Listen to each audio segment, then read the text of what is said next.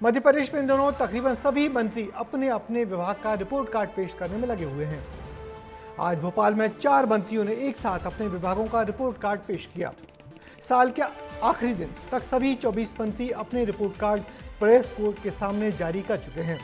क्या मकसद है इस रिपोर्ट कार्ड देने का और इससे सरकार को क्या कुछ हासिल हुआ है, इस रिपोर्ट पे देखिए।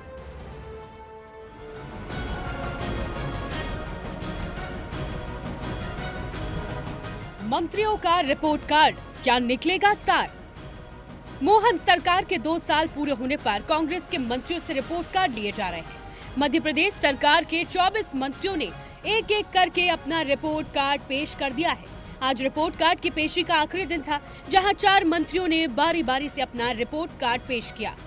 डिप्टी सीएम जगदीश देवड़ा और राजेंद्र शुक्ल से लेकर सभी मंत्रियों ने पिछले 2 साल के कामकाजों का विस्तार से ब्यौरा दिया।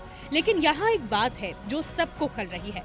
भारत के 28 राज्यों में से अकेले बीजेपी की सरकार 14 राज्यों में है, गठबंधन की अलग। तो ऐसे में केवल मध्य प्रदेश ही क्यों, जहां मंत्रियों को रिपोर्ट कार्ड पेश करना पड़ रहा है? कि मुख्यमंत्री भी चाहते हैं कि जो उनके मातहत मंत्री हैं वो उनको नेता माने।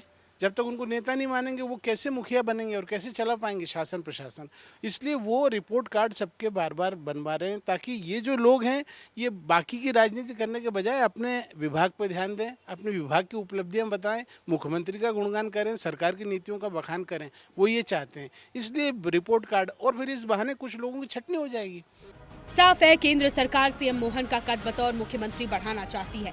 इसके अलावा रिपोर्ट कार्ड के माध्यम से केंद्र मंत्रियों से चाहता है कि वो अपने ही विभागों में ध्यान दें, काम करें। खबर तो ये भी है कि केंद्र सरकार विवादित बयान देने वाले मंत्रियों को चिन्हित करना चाहती है, साथ ही ऐसे वरिष्ठ नेताओं को भी जिन्हें वो केंद्र में बुलाकर संगठन की जिम्मेदारी दे सके। केंद्र चाहे कितनी मेहनत कर ले, बीजेपी के मंत्री इस पर ज्यादा ध्यान नहीं दे रहे हैं। कैबिनेट मंत्री कैलाश विजयवर्गीय ने तो इसे रिपोर्ट कार्ड मानने से ही इनकार कर दिया।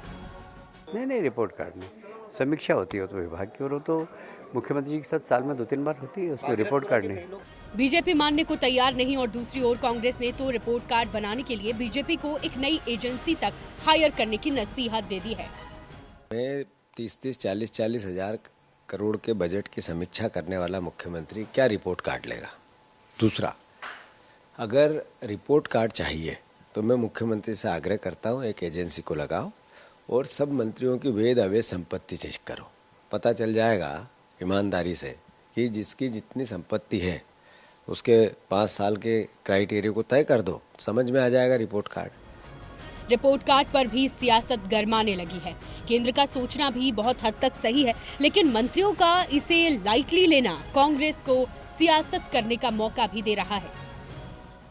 मोहन सरकार में मंत्रियों के रिपोर्ट कार्ड की कवायद इस बात की तरफ इशारा कर रही है कि अब विभागीय परफॉर्मेंस ही पहली प्राथमिकता है। हालांकि कुछ मंत्री इसे रिपोर्ट कार्ड मानने से इनकार कर रहे हैं, लेकिन सियासी संकेत इस बात की तरफ इशारा कर रहे हैं कि ये कवायद आगे बड़े फैसलों की भूमिका है। कैमरा पर्सन अभिषेक के साथ रंजना दुबे, विस्तार न्यूज, भोपाल।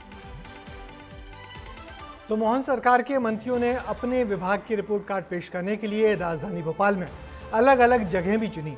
ये रिपोर्ट कार्ड मेरठ होटल और जहानुमा जैसी महंगी होटलों से लेकर जनसंपर्क विभाग के साधारण से हॉल तक में आयोजित की गई। होटलों में पत्रकार वार्ता के भारी भरकम खर्चे को छोड़ भी दें तो रिपोर्ट कार्ड पेश करने के लिए हुई पत्रकार वार्ताओं से मंत्रियों को अपने विभागों की जमीनी जानकारी तो मिल ही गई होगी।